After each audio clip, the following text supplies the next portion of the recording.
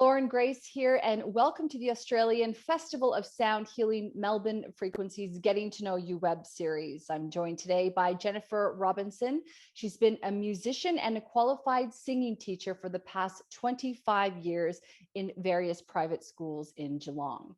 Jenn has been on a personal spiritual journey for much longer than that and has studied numerous modalities such as Soul Focused Psychotherapy, meditation and mindfulness, Reiki level 2, and Qigong. In 2017, Jenn started her career into sound healing and is joining me today to talk about her healing work and her music. Jenn, thank you so much for joining me. I'm looking forward to speaking to you. Thank you so much. I really appreciate the opportunity. I'm looking forward to sharing. So it sounds like you spent a large part of your life learning and growing from many teachers. Can you talk to me a bit about your musical influences? Yeah, for sure. I started music like really, really young. I started singing at about 5. Probably my primary influence there was my mother. She was a singing teacher and a musician herself. So I learned everything I knew in musically from her, and I went to university as well and studied, the same degree as her as well. So musically, I was just so influenced by her and my family, who were all singers as well. And she was also very influential in my spiritual journey as well. So I was brought up Catholic, and I really, really loved being brought up in that environment. It really gave me a good solid foundation to understand that there was something more than just being in the world. So yeah, Mum was a really beautiful influence in regard to those two passions in my life now. And as I went further into my career in music, that really opened me, but I felt that I was still kind of lacking something in my life. So for those who know me well, I'm always searching for deeper meaning in things and a deeper understanding of what life might be about. And I found that the biggest influence in my life was my spiritual master. He's known as Wayne Linton. And as soon as I met him, I kind of knew that I was like I was coming home. So I then started consciously learning how to be better, to be the best version of myself. And that's where I started my purpose work. Long story short, kind of into sound healing, looking how I could bring sound into my spirituality and help people in a deeper way. I do know that you offer one-on-one sessions where you help people to move energy, and I'm going to talk to you about that in a second. But before we kind of get into that conversation, I know you are in the middle of producing your 3rd studio album, so congratulations on that. I'd love to know if you could if you had to describe your musical style, how would you describe it? I know it's always difficult. I'm not asking you to put yourself in a box or anything, but kind of.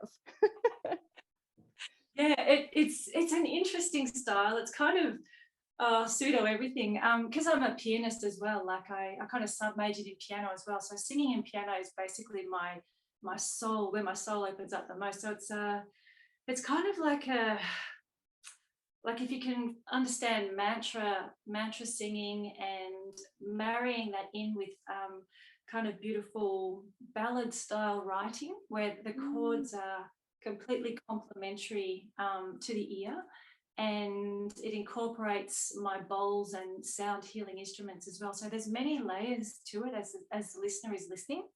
So the unconscious is getting to unwind and become relaxed as the listener consciously listens to the music. I don't even know how to describe it, but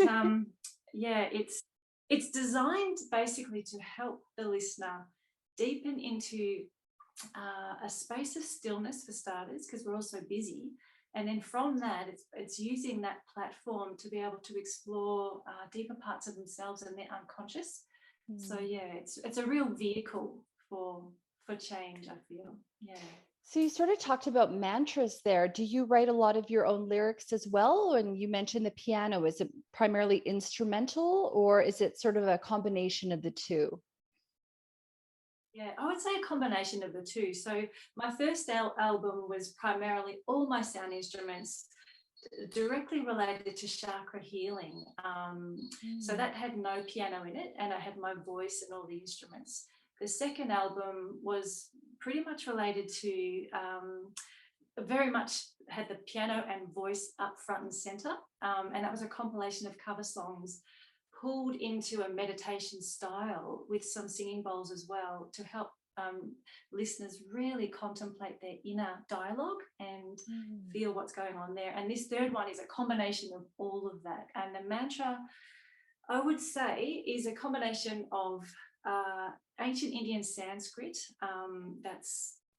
that's already written, like, you know, your typical mantra, as well as my own mantra as well, and sung in various different languages like Latin, Hindi, all sorts of things. So, you know, I sit in deep meditation and contemplation around what's to come through for the listener, and it kind of springs from there. Yeah. Can you give me an example of one of your mantras? You can sing it or say it. Just like to hear it.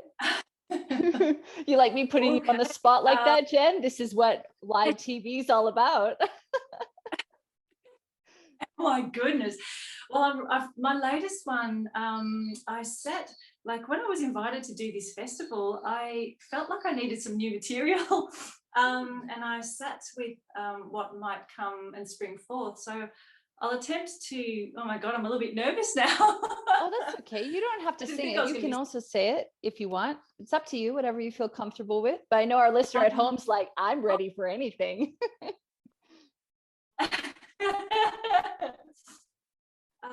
Okay, so I'll just see if I can get the words, because it's quite a long mantra. Ooh. Oh, if I don't know if I can quickly run out and get the words and bring them in. Oh, actually, I might have them in front of me here. Hang on. If you're willing to wait a second. Yeah, I've got it here.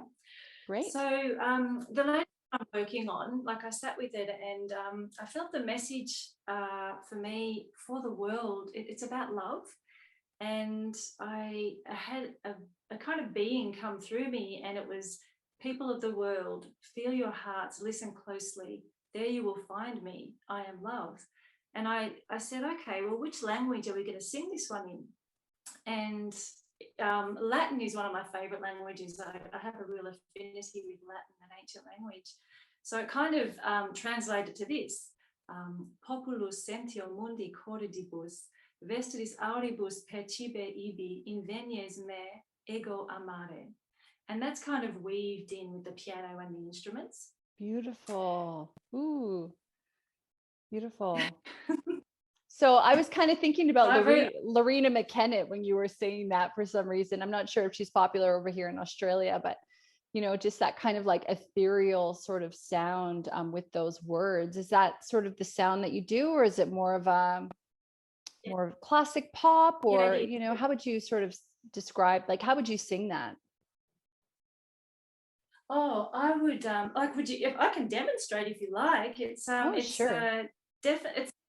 It's a marriage of if you can imagine a really beautiful kind of mellow ballad with a piano, and then you can layer that up with sound instruments like a bowl, a crystal bowl that's tuned into the key, and then you've got my voice coming in over the top of that, and then there's a lot of instrumental around the mantra as well. Look, I don't have to sing it. It's really hard to describe. Let's hear it, Jen. If you're willing, let's hear it. Let's hear it. If you're happy to do it. For sure. I'll just see what my voice says. Okay, so it's like Populus sentio mundi cordibus, vestris auribus percipe ibu, invenies me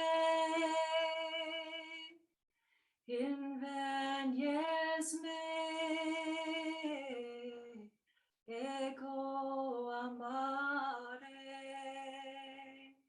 Something like Ooh, that. beautiful. Goosebumps. Whoa, full goosebumps. That was just beautiful. Thank you for doing that and doing that on the fly. I know, you know, our listener and our viewers, like, you guys planned that. No, we didn't, Jen. It was just willing. So thank you for that, Jen. That's wonderful. So one of the things that came to mind earlier when you were describing your music was the concept of a sound bath. I know that's a familiar, you know, sort of phrase or saying for you. Can you describe what a sound bath is exactly? And is that a quite an effective way of describing the effect or the influence that your music does have on people? Yeah, like a sound bath is exactly what it suggests. It's like you step into a space as if you're stepping into a bath of water. It's like you come into a space and you are completely bathed in sound, and it can be any particular kind of sound that, you know, the sound healer has for you. So for me, it might be, you know, Tibetan singing bowls, crystal bowls, chimes, singing pyramids, gongs, voice, piano.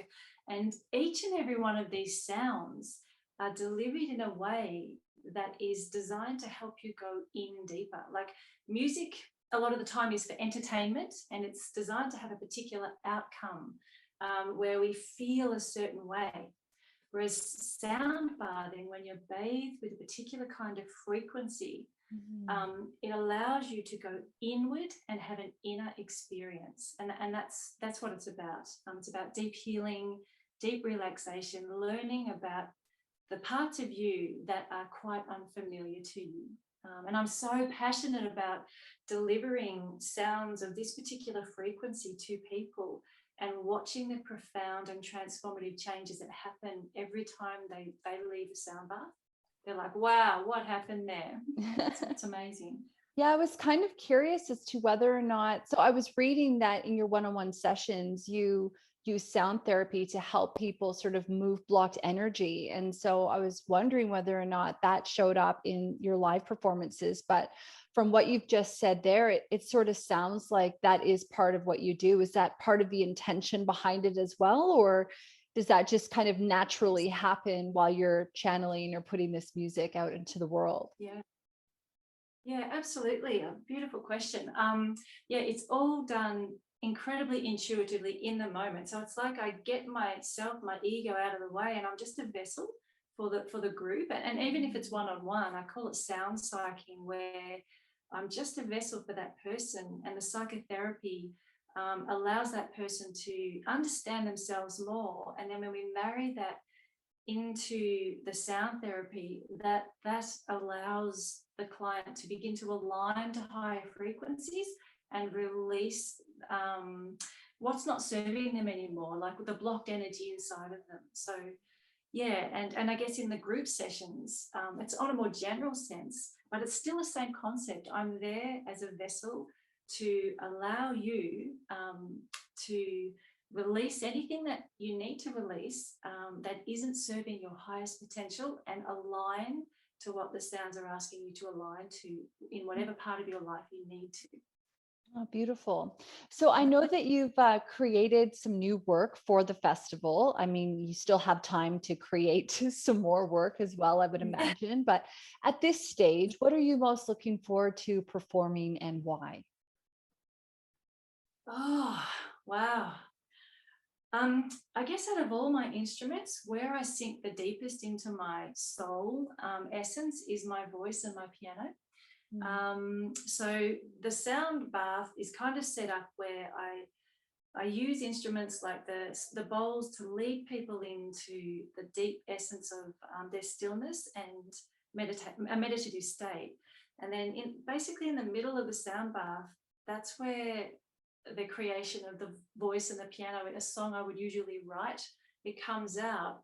And as the people are just in their highest state of openness, they receive that song. And they receive the mantra or whatever the piano has for them. And then as that's finished, it kind of, you know, I bring them back in and taper them with other instruments, so that allows them to integrate what they've experienced from that voice and piano. But yeah, definitely the voice and piano for me is where it's at. Can't wait for that. Sounds great. And what I love about what you're talking about too is that everybody really does go on their own journey when they're listening to you. You're kind of the catalyst, so you could say, for their own, I don't know, I guess their own development or their own aha moments or their own change.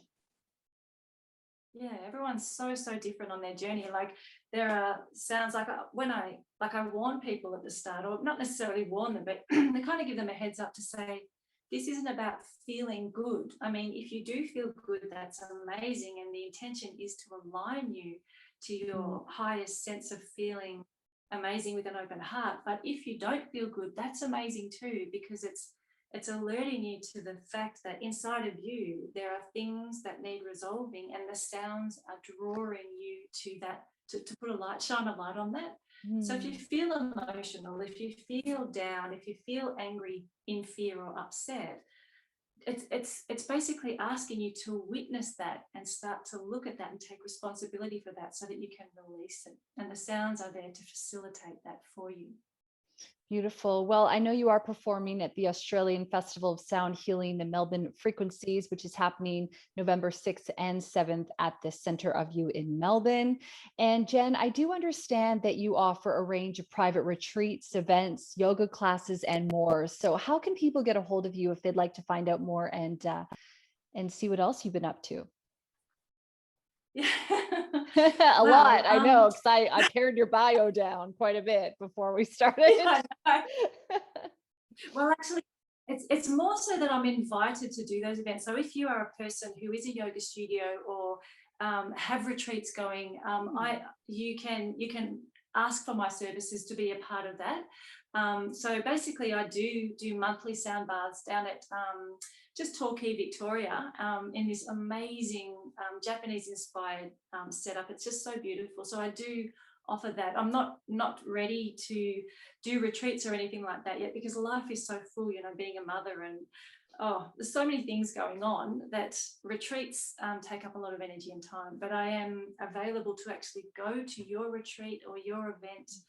In fact, I did a beautiful birthday party celebration for a group of 5 women just this week, and they wanted a sound bath, which was just so gorgeous. So Wow. I've done hens nights and all sorts of things, and I'm really heartened that people are choosing events that they would usually drink alcohol or party, but they're choosing things like sound baths or meditation to celebrate their beautiful events. So that's really heartening to be invited to those events too. Yeah. So if you are up for looking for any of my services, like I'm in Geelong, Victoria, and it's basically one-on-one services if you're after a sound session or soul focused psychotherapy or a sound bath. I do private sound baths. It's more so that I'm invited to do those events if you're looking for that. Fabulous. So can they head to your website, or is it best to connect with you on social media somewhere? Yeah, probably both. My website, it's soundsoffreedom.com.au or www.soundsoffreedom.com.au, or my homepage is Sounds of Freedom on Facebook. So yes, you can contact me through there as well. And you can also buy my albums. If you're looking for some beautiful meditation music, there's an online store on my website as well. But you can read more about it and how to contact me, and also how to book into the sound baths if you want to come face to face as well. Perfect. Well, thank you very much for your time today, Jenn. I know you're going to have an amazing session, and I look forward to hearing how it goes. Oh, thank you so much, Lauren. I so appreciate your time and the opportunity to do this and share this. No problem. Thank you.